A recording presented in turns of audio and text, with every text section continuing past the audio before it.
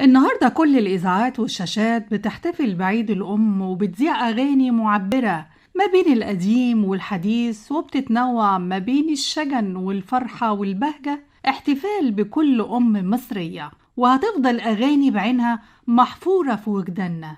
ومن بين الأغاني دي أغنية سيد الحبايب يا ضنايا انت.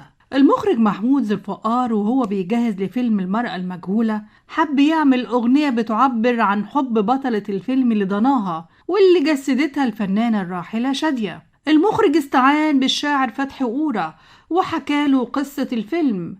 اندمج قورة في تفاصيل القصة وخرج بكلمات بتعبر عن عاطفة الأمومة، واللي لحنها الفنان منير مراد. واستعان المخرج بطفلة اسمها إكرام عزو، واشتهرت الأغنية دي وبقت من أشهر الأغاني الجميلة اللي بتتذاع بمناسبة عيد الأم.